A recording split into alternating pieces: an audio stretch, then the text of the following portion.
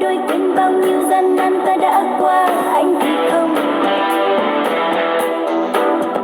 Khi đêm sâu bao quanh trong tối đen, anh bao dung môi anh như ánh sao trông.